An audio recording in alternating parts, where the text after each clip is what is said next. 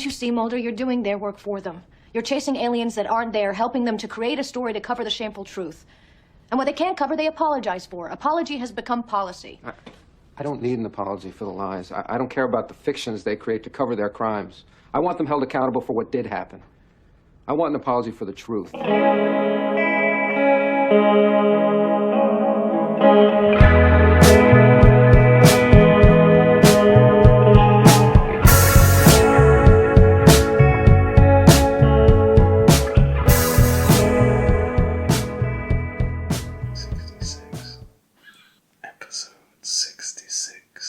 Of the Most Unwanted podcast.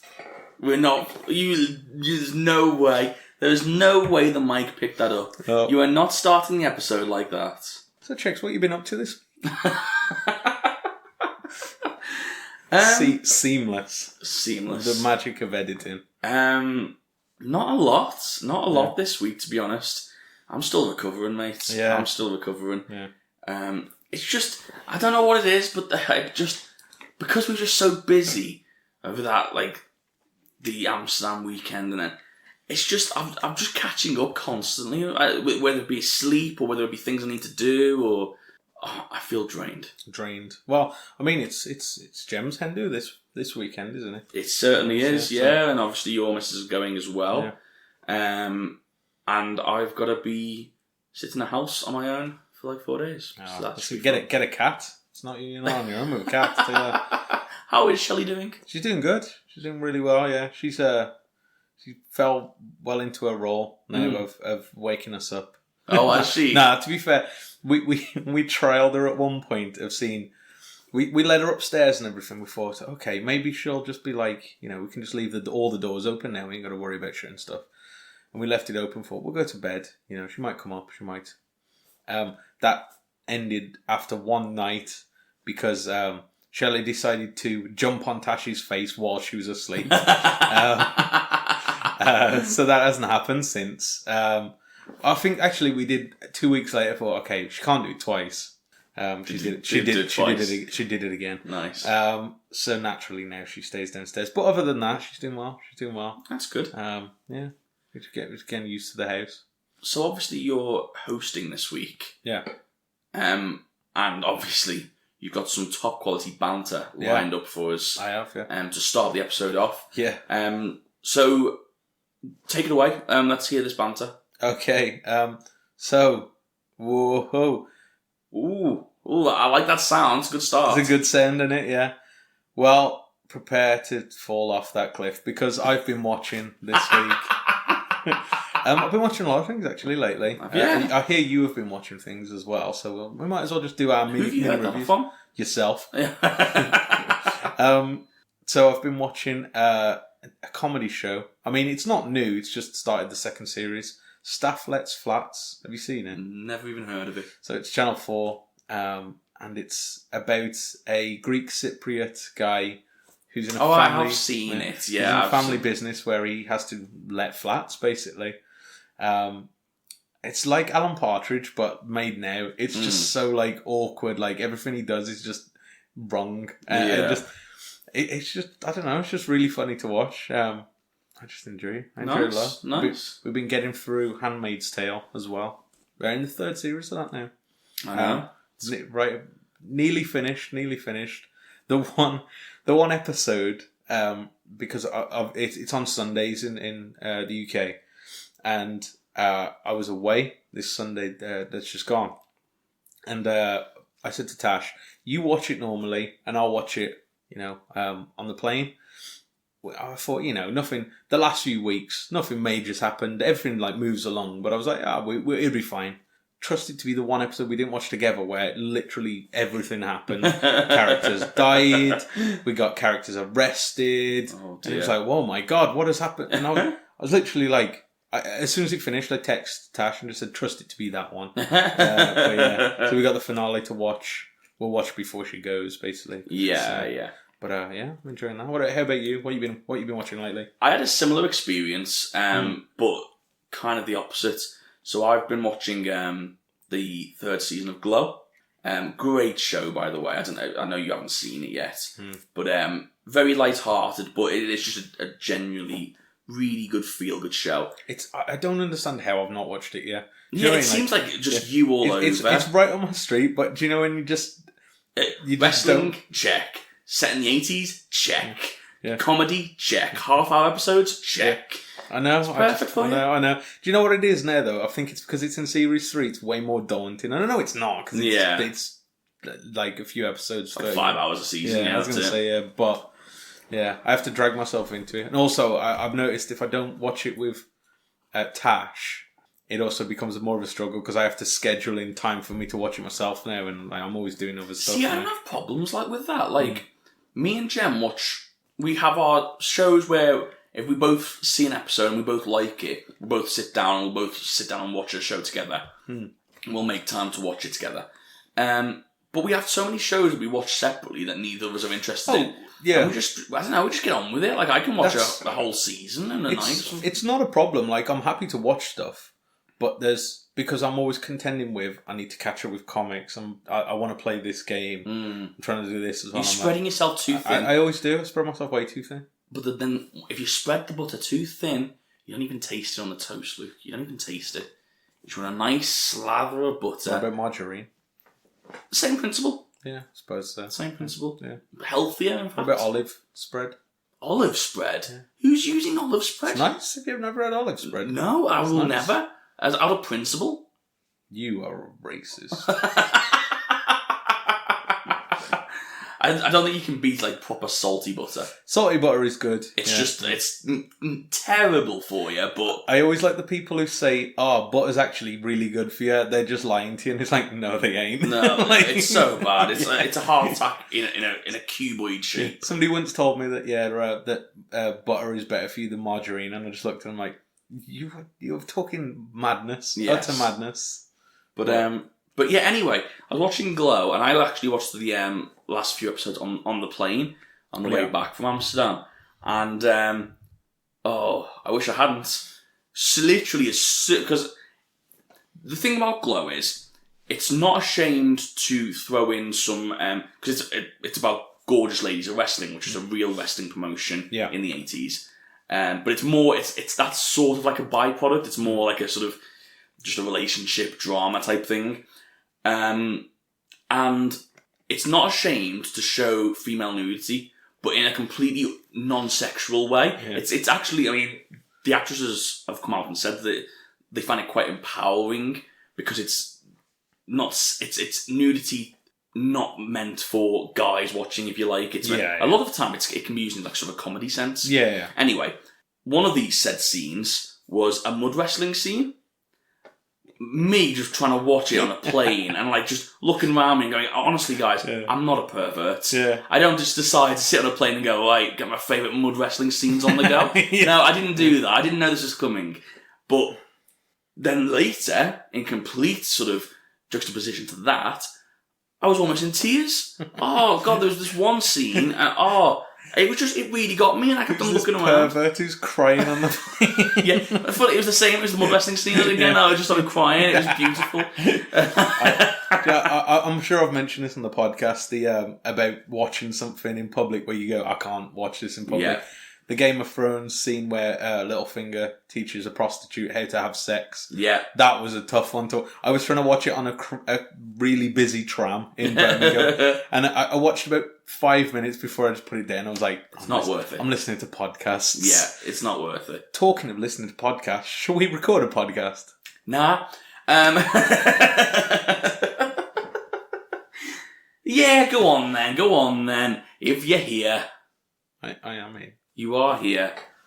And we've got a mic set up in front of us. It is, and it's the right mic this time. It is the right mic. Right. We didn't address this last time. We're very sorry. It's not happened again. It's a Yeti stereo microphone in front of me. So, this is going to be crystal clear.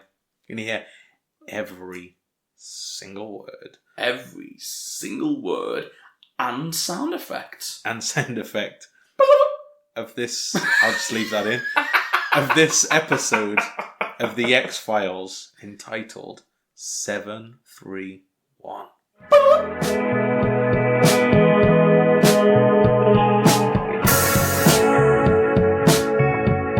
This episode is entitled as we mentioned, 731. It's episode 10 of season 3. Yes. And it was directed by Rob Bowman, written by Frank Spotnitz, and the original air date was December the 1st, 1995. It's also the second part. It of is. a two-parter. It is the second part. Not in the title though, so we'll move on from that. We start in Perkay in West Virginia, and we see this barbed wire gate all locked up. Before you carry on, I do apologise. Yeah. Can you ever say West Virginia without thinking of the song? No. That's all I think of, and I just wanted to burst into song, Yeah. and I just wanted to let you know that. That's what Contain yourself. I'm not listening to what you're saying. Oh, I'm just singing Country Roads in my head. Yeah. Okay? I mean, it is difficult, but we will persevere. We'll persevere. You carry on, and I'll sing it in my head. Okay. So a barbed wire gate with barbed wire on top. That's the same thing. Don't know why I wrote that. Is locked with a chain lock, and The barbed wire gate with barbed wire on top is locked with a lock. I don't know why He's I not wrote wrong. these things. Yeah. He's not wrong. exactly. We see an army truck burst in, and all of these soldiers jump out, and we find out we don't find out until later, but basically we're in a leper compound. Yeah. And we start seeing these very clear shots of these hybrid people. Well, like yeah, we alien look hybrid. like aliens, don't we, basically? That's what we like think. a Anyway. bunch of big-headed kids. Yeah. Whoa. We do see a close-up of one of the people as he's escaping, and he definitely does look like he has leprosy. Yeah. There's a team of soldiers that round all of these patients up, and one of them, who isn't named, but he is named in the script as Escalante. He hides under the trap door in their camp. Yeah. He then follows them to this secluded field, and he watches as these soldiers shoot the other patients dead. Line them up. Yeah. And shoot them directly into a grave. Yeah, A mass grave. Yeah, into this. Yeah, it's just like a big ditch basically, and they walk over, check that there's no survivors, and we do see that. I think is it at this point we see the ditch full of dead bodies. No, that's later Later when on, Scully's brought there. I wasn't sure if it was then or not. Why did they dig the grave if they were going to remove the bodies after? Maybe they panic moved them. Oh, You know? yeah, when they found Scully there. Yeah. That makes sense. Yeah, maybe they had to. Yeah. Yeah. We go into the opening credits now. Well, I mean, first, I think we should talk about how dark this scene was. Yeah, that's quite an intense scene. It does have the connotations of like the stuff that you would see in World War II. And Yeah, that's exactly what I went to. It felt like concentration camps. It felt like Nazis killing the Jews. Then again, it's reminiscent of, wasn't there a war in like 95? Wasn't it like the Bosnian War where this stuff was happening as well? Yeah, I don't know I'm how not much. sure the details. To be honest, Yeah. I'd be scared to input. Yeah. random. I know there was the Bosnian War was around this time, and I don't know if it was before or like It in the same happens year. all around the world, doesn't it? It's just horrific. Really dark scene, but I think it got the right reaction from me because Yeah, definitely. it certainly made me sit up and take notice. We go into the opening credits, and there's one note here, different tagline. I didn't notice it Did you this not notice time. it? No, I didn't. What did it say? It said apology is policy. Oh, and they say that in the episode. They do say that. Now I'm disappointed. Now I'm disappointed because you know what I would have done when they said it in the episode if I'd have known it was the tagline. I'd have gone like this. But you didn't get. I didn't get that moment, and I'd have loved that moment. We get a small sort of like recap of the very end of the last episode, and we see Mulder do the jump, lose his phone again. We see this cool action scene on the train where he clambers down, or he's clambering along on the train basically. We see X and Scully back in the apartment. X stops Scully pointing a gun at him fairly easy. Yeah. And they have this back and forth exchange where Scully wants to know how he knows these things, and he basically tells her he doesn't know everything because he has limits to his knowledge. I think he's using her here. Yeah, Because he does mention that if you want answers, find out what that chip is or what that implant was in the back of your head, and that'll give you more answers than I have. Yeah. And I think he's trying to get the answers from Scully. Yeah. Oh, yeah. And try and get her to do the digging. Well, knowledge is power in his world, isn't it? So. But yeah, as you mentioned, he tells her to check the implant, and it'll hold information about what's on the train and who murdered her sister. I always forget her sister was murdered. Yeah. I know. Yeah, it does seem so unceremonious. Well, she doesn't ever really like. It's all she's always. Whereas, like, Samantha's a defining thing for Mulder. Scully's abduction's more the defining moment, not the murder of her sister. Yeah. We go back to the train, and it's now night time. So again, he does a lot of waiting around in the dark, doesn't he? Even after that jump, he might need a little bit of a kick. What, on the nap top on one of the of carriages. top of a No, he gets train? down, he goes into one of the carriages, has a little nap. But anyway, we see him climb down a ladder on the side of one of the doors, and he goes in. He notices a door in the carriage that he's climbed into is marked quarantine, and it has a keypad with these glowing buttons on. He tries it, but it's locked. So he goes to find the conductor on the train, which I didn't know was a passenger train. That threw me. Later on, I thought it was just going to be a secret train, as we found out. Yeah. But it is a secret carriage on a normal train. Yeah, the normal train takes the secret carriage to secret locations. Yeah, secretly, but normally up front. Yeah. So, well, it's hidden in plain sight. Exactly. I liked dishevelled Mulder here as well, because obviously he's been on top of the train For 12 hours or whatever. He still looks good, doesn't he? Still looks good. Cracking. Who do you think's objectively, like, obviously, like, if you've got a preference between girls and guys and stuff like that, but who do you think objectively better looking, Mulder or Scully? That is tough. I'd say Mulder, you know. Like, objectively. It is difficult, though, because... I'm not saying Scully's bad looking at all, but I don't know. You know what I think it is? I think Mulder's just got so much more charm to him that I just feel like... Do you know what, though? I think... See, Scully looks better with age, I think, whereas Mulder... I mean, this is from what we've seen of, like... Oh, like clips from, like... Yeah, or, like, images from Twitter or something. I think Scully still looks really good now, but... Covo. You're going to upset a lot of people. I know, I'm sorry. So maybe to counterpoint it, let's say Mulder looks better. Let's please everybody. But anyway, he finds the conductor, who's a very unassuming gentleman. Yeah, this conductor becomes a great character. Yeah. He's like this bumbling sidekick throughout the rest of the episode. He's sort of like, do you know, in Shakespeare, where you always have the fool before some tragedy. He's the fool of this, and he just the lightheartedness of these very serious situations happening. He says he wants to help him find Zama, who's on this train. He's one of the doctors from earlier, basically. He's the one that got on the train because his bodyguard was killed. Yes, that's it. He gets him to knock on Zama's door. Mulder does. One thing I noted, he didn't ask for a badge. He just told him he's working for the FBI, and he was like, "Yeah, okay." This guy doesn't need a badge. Don't need it. Fine.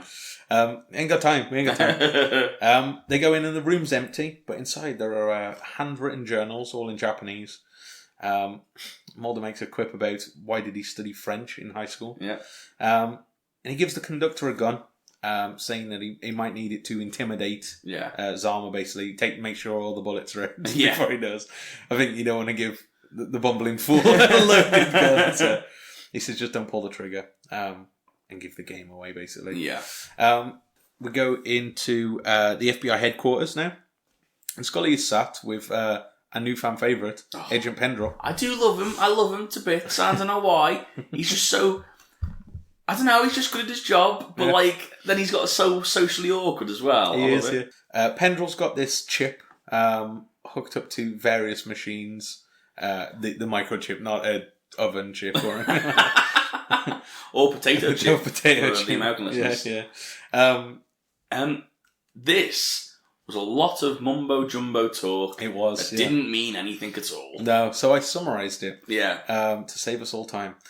He says that the implant contains highly advanced technology that can replicate a brain's memory function and enable someone to know a person's very thoughts. Yeah. It's nice and simple. Nice and simple. Yeah.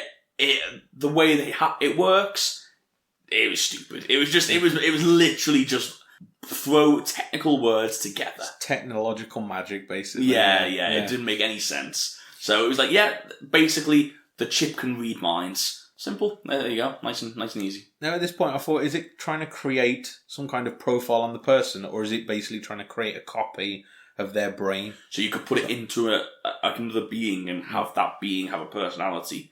Yeah, I thought that as well. Or was he just trying to gather information? That's thing. I don't know if it was either of those two. If you found out that I had a microchip, Yeah. and I'd implanted it in you, Yeah. from day one. Yeah. Don't know how I did that, but I did. And now I've got that information. What information would you most fear that I have? Every thought you've ever had. What would worry you the most? Because Scully looked really worried when she found out that it was every thought that had been recorded.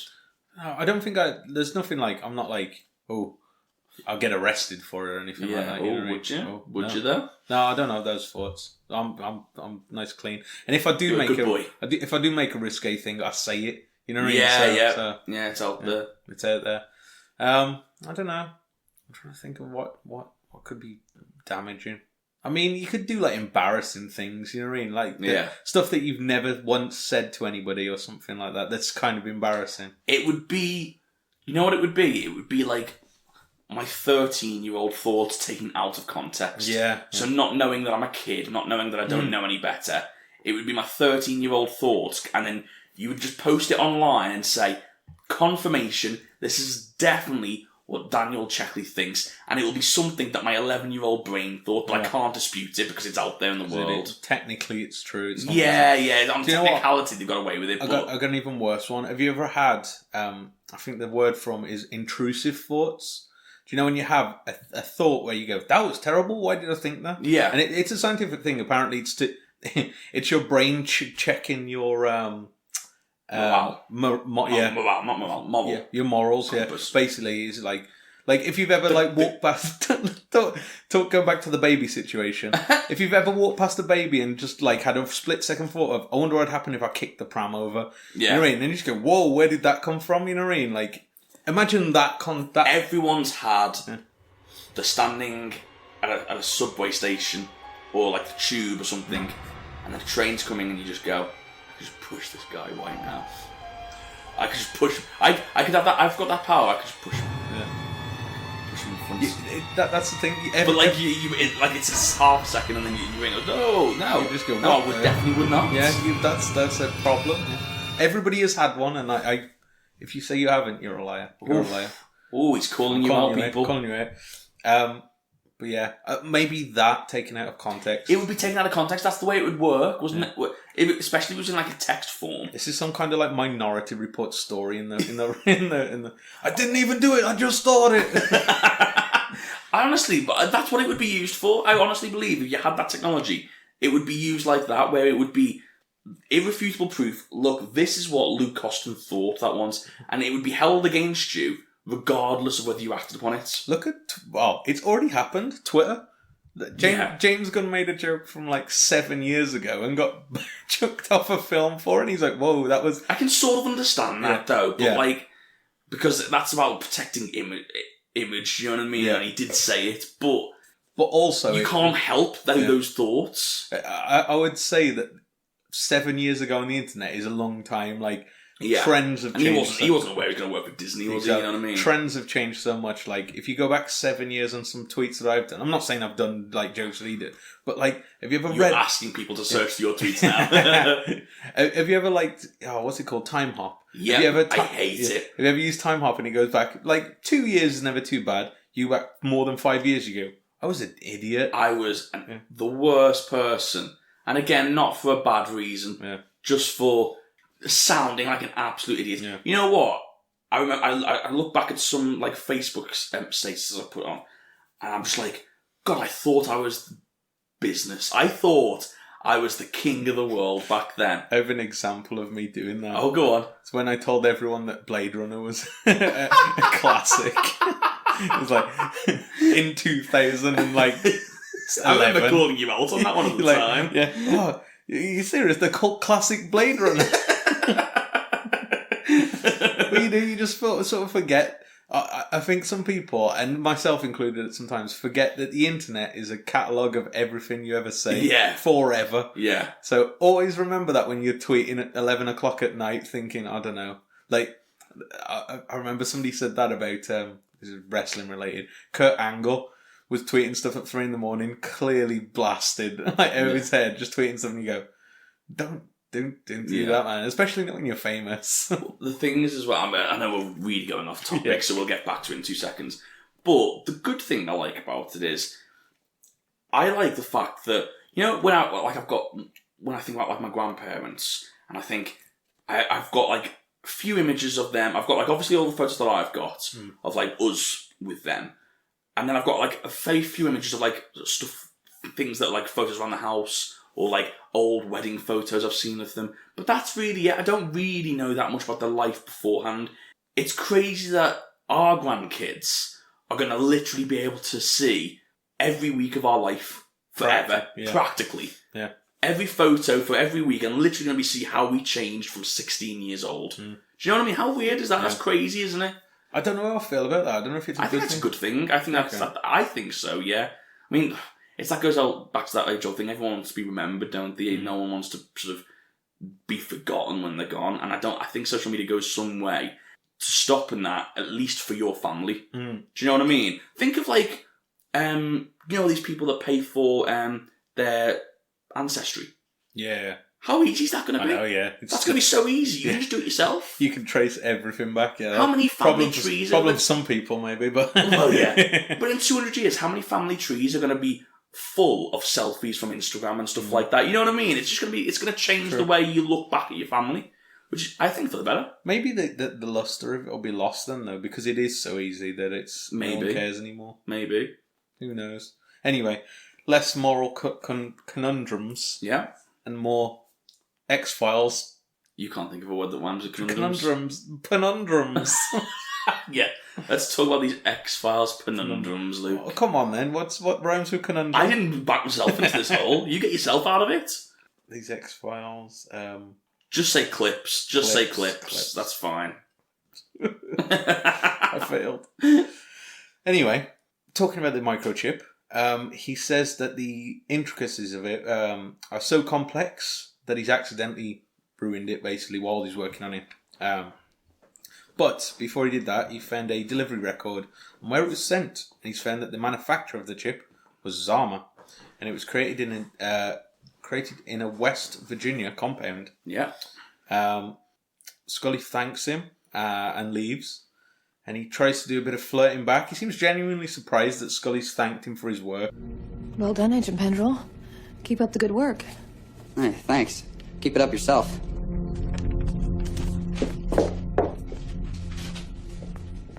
Keep it up yourself. What a doof. He just berates himself for it afterwards. Everyone's done that. Oh, God, yeah. Countless times. Yeah. The whole... it's... what was it like? In the restaurant, when the waiter says... what is it? Enjoy your meal. And you go, and you too. Oh, God. Yeah. Kill me now. We're back on the train, and Dr. Shirazama is making his way down the train, and a man with red hair begins to follow him. This is where I noted that his hair's not that red. I still don't think it's that red. I mean, long-time fans of the show, let us know. Does his hair get redder? I don't know. Maybe when it's on fire later, yeah. It was not. We know, we've seen the entire arc of that character. Zama looks behind him and he sees that this man is following him. So he goes into the bathroom, but the redhead man runs up, holds the door open. He then takes out these 2 silver bars with a wire connecting them and strangles him to death. Mm-hmm. I've made a note here that the music in this episode specifically, I thought was really, really good. Yeah. It had this like thumping sort of like soundtrack to it, not like rave music or anything. Yeah. But I don't know, I just really, really enjoyed the ambience of it. I noticed as well, especially when Scully's going into the compound later on in the episode, they've got like this weird, it's almost like trumpets being played badly. Yeah, Like, it's like...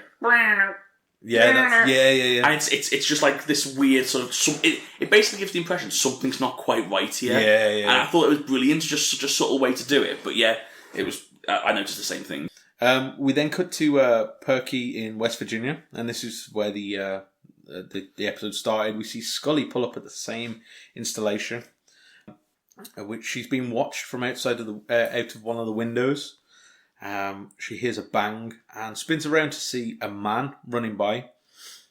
She chases them to a trap door, pulls it open, and she looks shocked as she looks down into this hole and sees these creatures, I guess you'd think. I mean, they are people, but they look... Very reminiscent to one of the previous episodes where all those like little creatures ran past Yeah. It did make me laugh that these people were saying that they've been hiding all this time from people, yet that one person turns up and they're running behind them. But anyway, we're back on the train. Mulder is making his way down the passenger car. Again, as I noted, there's normal passengers on this train, which becomes a bigger plot point later on. Yeah. He sees that the bathroom door is ajar and goes in to find Zama is now strangled. And a woman's behind him and screams. And Mulder says, "Oh, he's having to lie down. He's got motion sickness." Yeah, fair enough. Yeah, I often bleed out of my throat when I've got motion sickness. yeah, it's a common side effect. We go back to West Virginia and we see Scully now talking to these people who are living in this colony. And they say that they've lived most of their lives there. And they say that it used to be a leper colony, but most of the medical staff have left now. Escalante, who is the lead leper, that's a fun saying, I guess. He tells her that the patients were experimented on by Zama, who's departed long ago, and since then, the death squads have set out to massacre them. He takes her away to these pits that we saw earlier. And he says they were supposed to be treated for this condition, but they always came back worse. And Scully goes over to the pit and looks in, and we see what has happened in here. And there's just piles and piles of bodies in this pit. All of those like sort of alien-like creatures. Yeah, exactly. And it's again just a horrifying scene. Seeing this, we see a helicopter flying overhead. So they both run away, but before the spotlight season, though. Yes, yeah. Unfortunately, as they run into the trees, a military squad has arrived, captures Scully, and in the distance we hear a gunshot and assume that Escalante has been shot dead, basically. Yeah. Back onto the train, Mulder's making his way down the car, and he walks over to the conductor, explains that Zama has been killed, and he tells the conductor to not stop the train at any cost. The quarantine door now is open, and he goes inside, and inside is this lab that looks pretty much identical to the one that was on the tape from the first episode. And inside is another room. He looks in the room, and we see this alien-human hybrid that we'd seen be... Looks a little bit different to the rest of them. It does. It's got like sort of face markings on, like ridges above the eyes and stuff like that. Yeah. There is some inconsistencies, and I think that does help with what they try and explain away later on. We cut to break, and as we come back, Mulder is jumped by the red-haired man, who I'm just going to keep calling Red from now on. It's just easier. The conductor pulls a gun on Red, and Red's trying to say that he's law enforcement, and the conductor just locks both of them in at this point. Yeah, he says he's the NSA, isn't he? National Security Agency, I think so. Yeah, that's what he mentions to Scully. To Mulder anyway. Not done that in a while. Mulder holds him up, and as you mentioned, the redhead man claims that he's working for the NSA, and that there's a bomb on this train that got triggered as soon as they entered with Zama's passcode. Mulder doesn't believe him. And he says that Zama would rather have the hybrid killed than let anyone get to. This is what Red says back to him as the reasoning for this bomb. And Red Red says anything could set this bomb off, so warns him not to open fire, basically. Yeah. We go back to West Virginia, and two soldiers lead Scully into this hall with all these bunk beds. And we see a guy in the distance who they credit as the first Elder. Now, I don't know if this is something to do with the Syndicate or if this is some other agency. I'm not sure. There's this in the credits that they credit. Yeah, that's what they credit him as, the Okay. as the first I was going to say Elder. they didn't mention it. Yeah. No, he's just a mysterious guy, basically, from what we know. And he says he knows most everything about her. And then he goes on to give this big speech about what this place is and why the people have been killed. What is this place? This was one of the most frightening places on the earth. A place where society sent its monsters to live in shame and isolation. Now their disease is all but conquered. Science has eliminated thousands of years of misery. I've seen your methods of elimination. What happened to the man who was with me in the forest? What about the people who were in this room? They had been exposed. Exposed to what? The same thing all these people have been exposed to. Victims of an inhuman project run by a man named Sama. You mean Ishimaru? You hid him here after the war. He stayed here and he continued his experiments. The ruler of the world is no longer the country with the bravest soldiers, but the greatest scientists. Unfortunately, Ishimaru began to conduct his work in secret, not sharing with those at risk much and giving him his asylum. So is this guy's working with Red, isn't he? I think He's so, got yeah. his phone number. Yeah. So- yeah, definitely, yeah. He must be, yeah. That's- So is Red a good guy or a bad guy? I'm not really sure. I think with a Syndicate, you're not meant to... I mean, you're meant to believe they're shady, but also Just at like- what point? Yeah, at Like what cost? Yeah. Yeah, like blurred lines throughout. Yeah, it is difficult to see where their lines are drawn. To be honest, I think for the entire show, apart from Mulder and Scully, you're not meant to know who's the good guy and who's the bad guy. At some point, you could consider Skinner to be a bit of a bad guy. Yeah, how he he's got that acts. sort of dark side to him. Yeah. He says that the Elder says that Zama experimented in secret without their knowledge, and Scully wants to know if she's been exposed to these experiments as well. Back on the train, the conductor and another man are standing outside this door, deciding on what to do. They decide not to pry open the door. Yeah, it's probably for the best. Mulder gets the key card and the code from Red after sort of basically holding him up Bring it at back and gunpoint. forth, Yeah. But he tells him he doesn't have the exit code, and he says that if he puts the entrance code in, that will definitely set the bomb off. He doesn't believe him, and he goes to enter the code. But just before he's about to enter the last digit, Red's phone rings, which they think is the bomb, which I didn't realise at first. I saw him shocked, and then I was like, oh, it's because... The thing is, for me, that confirmed that Red genuinely does think the bomb's going to explode because he gets scared. Yeah, exactly. Do you know what I mean? So why would he get scared if he didn't think the bomb was real? Yeah, it is an interesting thing because, like, most of the Syndicate members, or I mean, I don't know if they are Syndicate, I'm just assuming at this point that they're involved somehow. They never seem to fear for their lives, you know what I mean? Yeah. They put the lives on the line every time they put the suit on, don't they? Basically, yeah. But this guy, he seemed like he didn't want to be involved in Yeah. or he didn't want to get killed for it, basically. But, yeah, on the other end of the phone, he answers and he says it's for Mulder. Mulder answers. And it's the Elder, and he explains that Scully's here with him, so he puts Scully on. And Scully tells him that all of this isn't alien-related.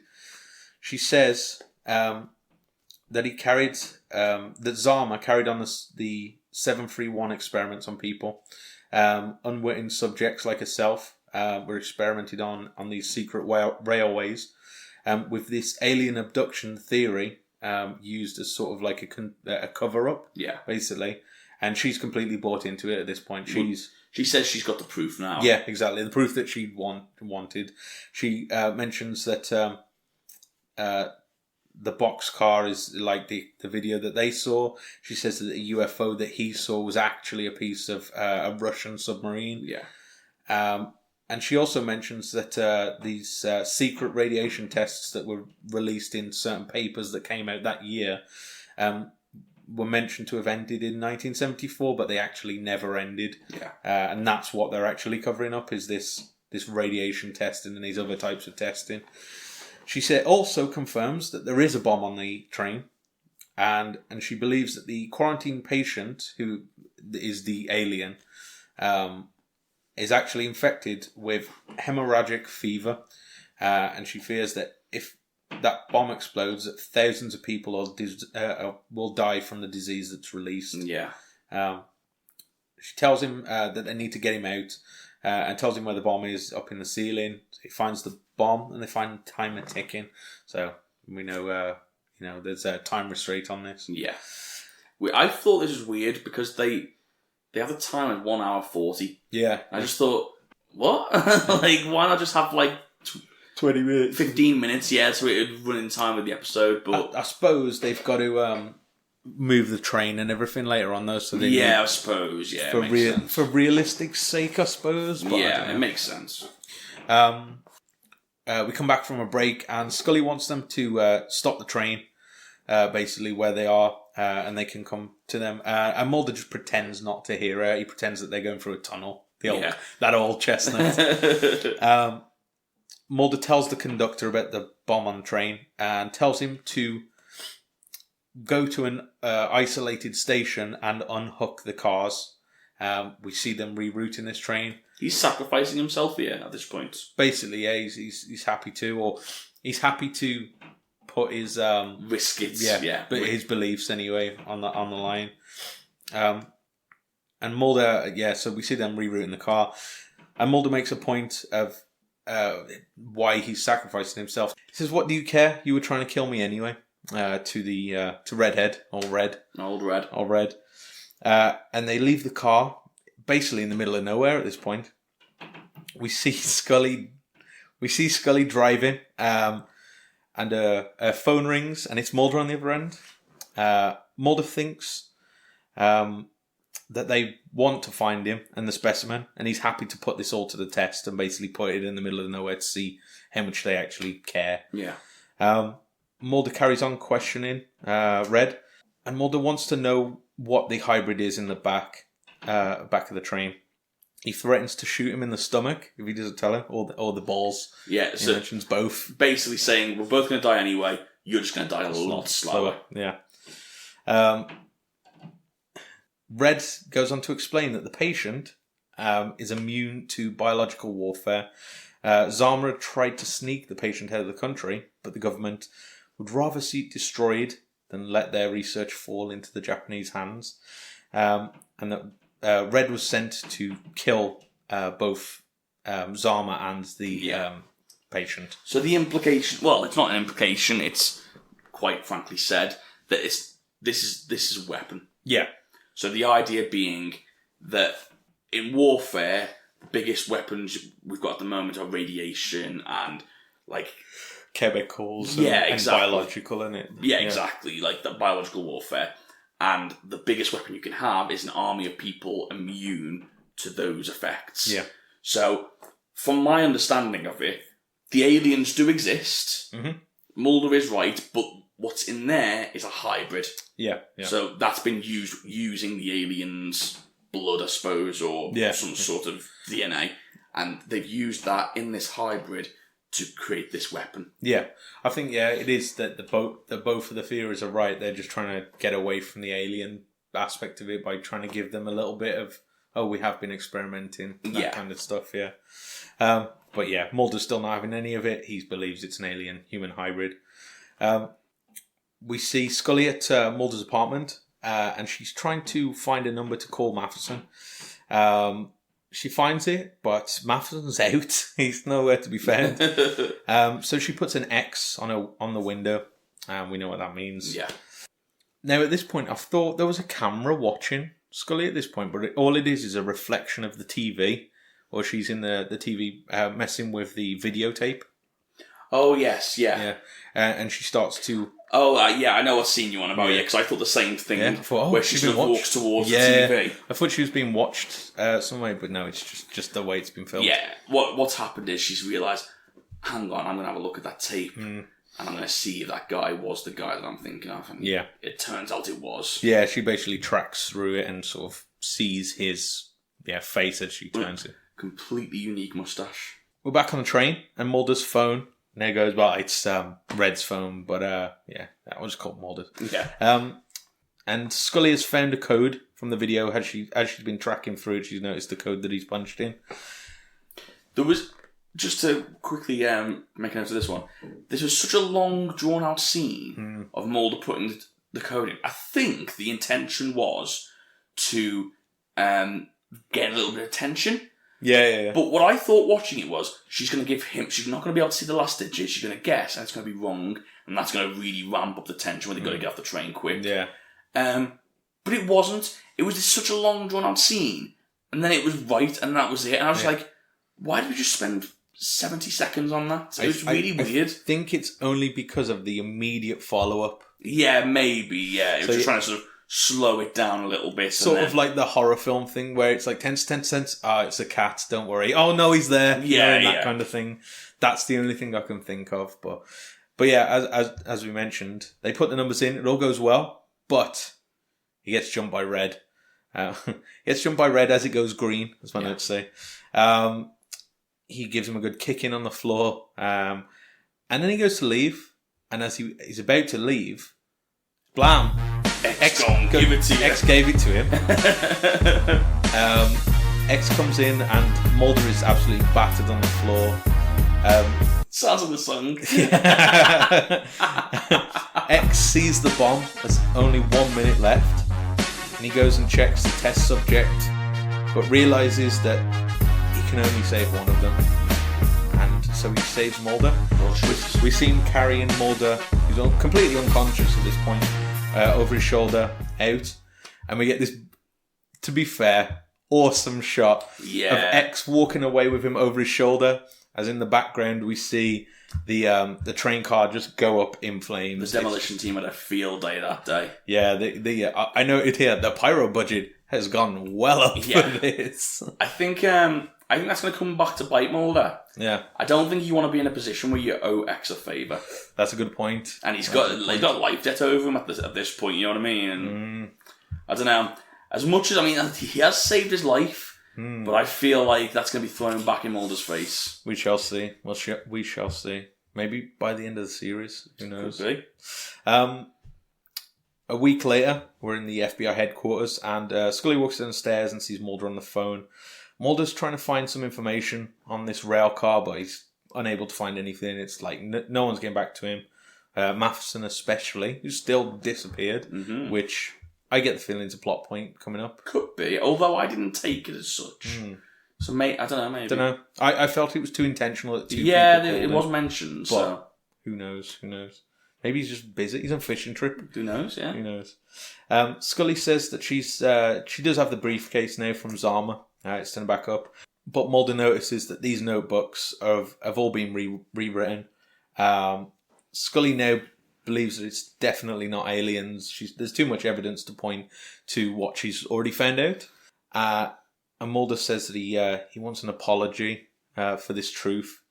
And again, as this apology is policy thing is brought up. I like this because it's a great way to sort of set Scully against Mulder again. Yeah. Because we've been saying this for so long. How can she not believe him? Everything that she's seeing. It would make no sense for her to not believe him. Now she's been given proof. It makes sense for her not to believe him. In complete sense. So I do really like this, and it's a good way to set. If this syndicate are like the main antagonists that we've sort of come up against so far, it's really found a way to drive that wedge between them in a natural way as well. Yeah. It doesn't feel forced. It's not like. Oh, I don't know. I'm trying to think. A new partner or something like that entered into it. It's just, she's got their evidence. Yeah, it's. I thought it was a really good device. Yeah, I agree. Especially going forward. And then the last scene, just a short one, really. We see an elderly Japanese man sat in a dark room, and he's translating Japanese journals. And over his shoulder, we see cigarette smoking man watching on. We know he was behind all of the American interference. Yes. So, and then we get at the end. So, 2-parter complete. What do you think? Really enjoyed it. Yeah. I think it's... You can't really talk about one without talking about the other, really, can you? Yeah. But yeah, really enjoyed this whole saga, this 2 episodes. Nice to get back to the mythology episodes. Really enjoyed that. Every time I get to one of these mythology episodes, I sort of realise how much I've missed just moving the story along a little bit. Like, as much as I love the Monster of the Week, I do like moving forward and sort of figuring out where the story's going. I feel like they do pace it quite well. They do. There's never a point where I'm like, okay, this has gone on for way too long. Where is the story elements of it? And maybe in different series we'll see pacing problems. But so far they've been pretty good with it. Like enough Monster of the Week episodes to sort of tease you. You know what I mean? Like so yeah. I was glad to get these two. Yeah. Anything else? Yes, I do have something else. Oh, go on. Do you think DMX exists in this universe? That's a good point. We need to find this out. And do you... Because if he does, you would listen to that song all the time, wouldn't you? If you were X. If you were X. Yeah. Or... I mean, it'd have to be Anthem, wouldn't it? Or like Little Mix. Could be either. This one's my ex. Okay, yeah. Anything really about like a failed relationship? It's about you. To him, yeah. Doesn't have the same killer edge. Does Catatonia exist in this universe? I imagine so, yeah. Well, yeah, that'd be really weird. Really strange. Well, how the bloody hell do they know me? Yeah. That's a good point. You always see that, don't you, with TV shows where they sort of get like... I always think like in Friends, they talk about like how Die Hard is like one of their favourite films, and then Bruce Willis is in an episode. Yeah. It's like, well, how does this work? Is like Die Hard in their universe is, I don't know, Steve Buscemi playing... Yeah. I don't know why I went with Steve Buscemi playing John McClane, but anyway. There's actually a quite interesting thing. I said a couple of weeks ago that I was watching the Leftovers. Yeah. They actually do little interesting things like that. It has no impact on the story, really. But as you said, like 2% of the population just disappear. And like it'll have news stories in the background of like fans remembering their favourite band where 3 of the members disappeared and stuff like that, and it's like an actual band and stuff like that. And it's just in this universe, I can't remember what it was, I think it was a TV show actually, but like, just say for example, in this universe, Little Mix don't exist anymore because 2 of the members disappeared. It's just an interesting little, it just adds a little bit depth to the world, do you know what I mean? I like it. It's funny how like you get that in now in like in the Marvel films as well. Like, yeah. Sort of taking that aspect from it as well. So, but it's an interesting mechanic. I like it. Overall, I've got to give my feedback on it as well. Oh, I thought you had. No. I had a lot more to say. Oh, well, okay. I had a lot more to say. I absolutely love this episode. That's good. And I'm going to put this on record, and some people on the internet are going to think this guy is a madman. Ooh. This is my favourite mythology episode so far.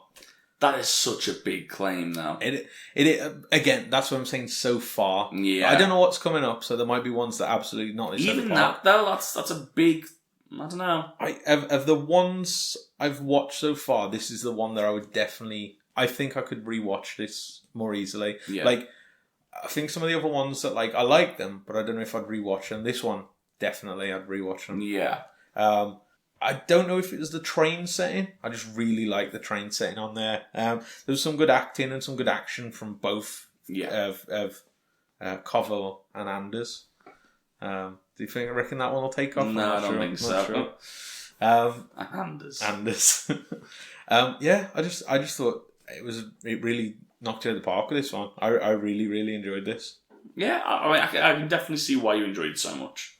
And to be fair, it's not like I don't. I really do. I just wouldn't say it's one of my favourites. But it's not like it's not one of my favourites. But it didn't jump out to me like that. You know what I mean? Well, we'll have to see where our rankings lie. Do you know what? This is going to shake up our rankings compared to each other. It is. I think it is. So we shall see. Oh, it's going to be interesting.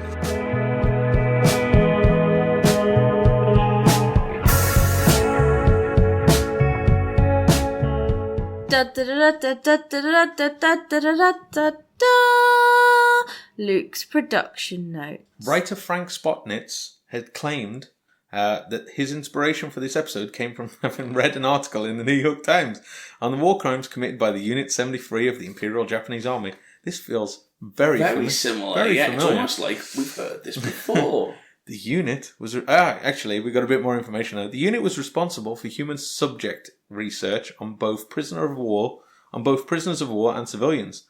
Further inspiration was drawn from the films North by Northwest and The Train, which were the basis for the episode's train car setting. So, to go back to our discussion last episode... Oh dear, I'm right, worried now. Of human experiments, right? Yeah. Would you say that it's better to do human experiments, or at least morally okay, if they're murderers? No, it's not better. It's never good. So if Ever? you're saying if there's a mass murderer Yeah. and there's genuinely scientific discoveries that could be made from this, you'd still oppose... He's killed hundreds of people, this guy has. You would still oppose running scientific experiments on him. Yeah. Would you? Yeah, because I know, like, he's a terrible person, but when you start drawing distinctions on humans' rights... Oh, I mean, I'm not saying one way or the other, I'm just getting your opinion. What if the baby was a murderer? Yeah, get rid of it. A baby murderer. That's a different definition for a baby murderer. A baby that murders. That's mental. Yeah, because baby murder usually means someone who murders babies, but yeah. not this one. There's too much talk of this lately. We need to get onto lighter topics. Or babies murdering people. No, I don't know. That's like Chucky. That's Murder basically in our hearts, maybe. Oh, sorry? Lovely. Baby murder in your heart. Oh, that's sweet. There we go. Lighter topics. Throw it in the room. Oh no. Spotnitz also noted that the episode offered the writers the opportunity to set the counter back for the series premise, allowing the character of Scully to still maintain a skeptical standpoint after the episodes of Paperclip, an earlier third season episode in which the characters witness a group of aliens.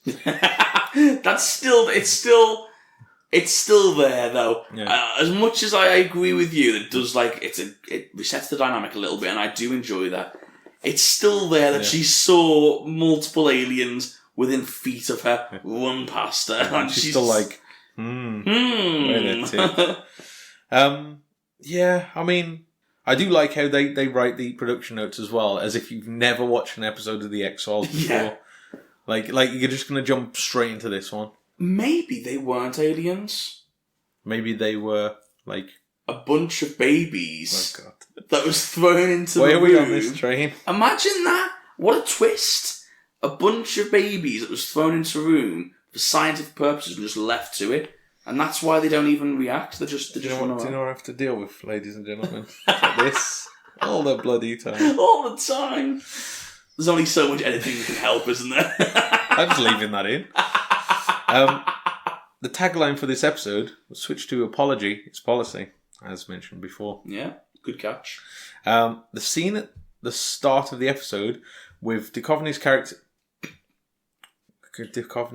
and Fox Mulder clinging to the side of the train car was filmed using a harness cabled across the top of the car that was removed digitally during post-production. Good fact. Duchovny performed the stunt himself without the use of a double.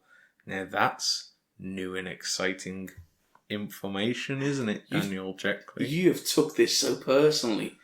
Just I found out one fact. I took one fact away from you. Stephen Williams in Duchovny, Stephen Williams is ex, if for the uninitiated out there, separately recorded the scene in which how they do this. Separately recorded the scene in which Williams carries Duchovny from the car before it explodes against a blue screen. The results of this were flipped horizontal to add the scene's composition and superimposed over the explosion. Do they mean they recorded...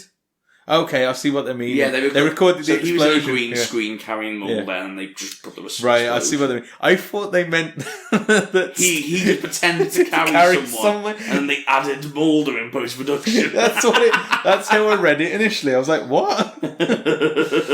25 masked actors, mostly children, laid over prop bodies for the scene with the mass graveyard. Now that must have been a horrific scene. I know, yeah, Jesus Christ. The producers built train car interiors for the quarantine car where the patient was kept and the sleeper cars, and floated the train sets on inner tubes to create the feeling of movement. Okay. So, yeah, that's pretty good. To be fair, like, you'd think they'd just use a train or something like that. Yeah. But I guess it's harder to just use a normal train than build a set to film it, I guess. Yeah. 7 different cameras were used by director Rob Bowman when filming the train car explosion. 45 gallons of gasoline and 120 black powder bombs were used for the effect. It's a lot. That is a lot. The car used had been obtained cheaply from a Vancouver-based rail company and had been considered scrap due to being bent. After the explosion was recorded, a bell from the train was recovered some distance from the site by physical effects supervisor Dave Gauthier, who had it polished and engraved with a message for Bowman. Oh, that's nice. Pretty cool. Bowman made use of the Steadicam for the scenes that featured Mulder inside the train and kept the character away from the centre of the screen to accentuate his paranoid mindset. This was deliberately contrasted with the concurrent scene featuring Scully, who's speaking to Mulder over the phone. This was shot using a camera dolly and a graphically balanced mise-en-scène intended to leave the characters seeming as balanced, confident, strong as the Rock of Gibraltar. Bloody hell, it's late. That's the Rock of Gibraltar. Did you need to put a metaphor in there? I know, I don't. A rock would have been fine. Yeah. That's really interesting now, because I never picked that up, but Yeah. that's really interesting and a really interesting way to use the camera to sort of tell a different story. You always see the Steadicam always come out whenever somebody's like emotionally unstable, yeah. don't you? I always think of the scene in The Shining where they follow what's his name, Jack, isn't it? Is Jack the character's name? I know it's Jack Nicholson. No, it's Johnny. No, that's he's just doing a quote, isn't that? Here's Johnny. Is he? Yeah. I'm sure his character's named Jack. I don't know, it's been a I'm long, not sure. long time since Yeah, I've I seen haven't it. seen it in a while. But anyway, the part where he's following him in the maze in the snow, that's all done on Steadicam. Yeah. And yeah, that's always one that I always think of when I think of Steadicam. Yeah. Bowman, who felt that the finished episode was really like a movie, has stated that his cut of the episode impressed series creator Chris Carter enough for Carter to offer Bowman the job of directing the series film adaptation. Oh, okay. Interesting. When is the film? I think It's after the 7th season, isn't it? I thought it was in between 5 and 6. Oh, okay. I know there's like a watching order that you can get like a PDF of like when to watch. It doesn't tell you like what happens in the series, but it tells you to like series 1, 2, 3, 4, and then it's like I think it's 5, then watch the film, then 6. Yeah. I mean, they'll be screaming at the mic, the earphones now, saying that's wrong. That's Should we wrong. watch the film next? Yeah, we're just watching it. Yeah. Why not? I know, like one of the films is like okay, this is where I might again be completely wrong. So get your corrections ready. Well, no, don't spoil it for us. I'm pretty sure one of the films is a mythology film, and one of them is just a standalone story. I Yeah. think. Okay, interesting. But who knows? X-Files fans, they know. They X-Files already know. Just us schmucks. We don't know nothing. That's it for this week. In terms of production notes. Nice. Anything else to add to that? Oh, no, there was some interesting stuff there, especially about the camera work. That's my type of production notes. That's what I like. I think, yeah. I think any type of behind-the-scenes stuff is always welcome. Interesting to know, yeah. Yeah, to find out about. So, is there anything else you want to say? No, only just, the usual places to get in touch with us. Twitter, Facebook, Instagram, email. All the links are down below in the description. Send us a postcard if you want to do that. Oh, can people send us postcards? We'd have to give our address. I mean, Yeah. Is it safe? Is it safe to give your home address? We I mean, set up a PO box. Typically, I don't hear many people give out their home addresses on any type of thing. No. I mean, we're not under the illusion that we've got millions of fans or anything like that. So we know there's probably not going to be, traced back to our house. But still, it's probably not best, just in case. Okay, I'll tell you what. Get a postcard. Yeah. Travel with it. Get on a plane from wherever you are. Come over to England.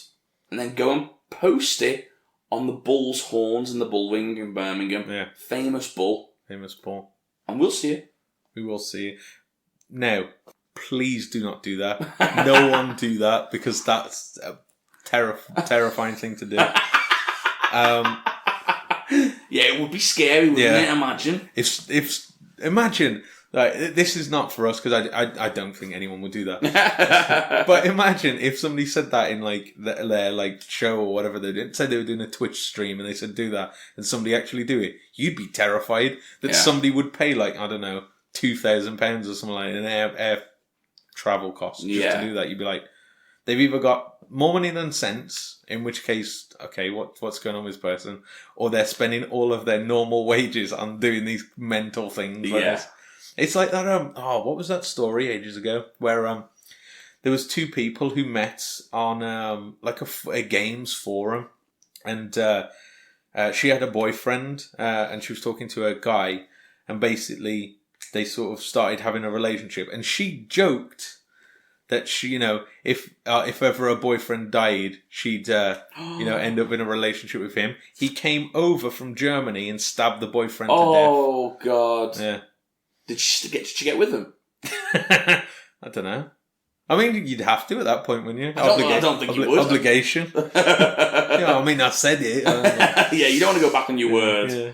But yeah. You're just as bad as him if you go back on your word, aren't you? Yeah, exactly the same. No, I remember hearing about that, and you just think, wow, there's some people who will go to crazy lengths. There certainly is. But anyway, we should probably wrap up. Let's do it. So next week, we're tackling an episode called Revelations. Ooh. So we'll find out what that is. Maybe it's a religious episode. Who knows? Maybe. Or maybe it's some answers about the syndicate. Or we shall find out next week on this Tale of X-Files, the Most Unwanted podcast. Away!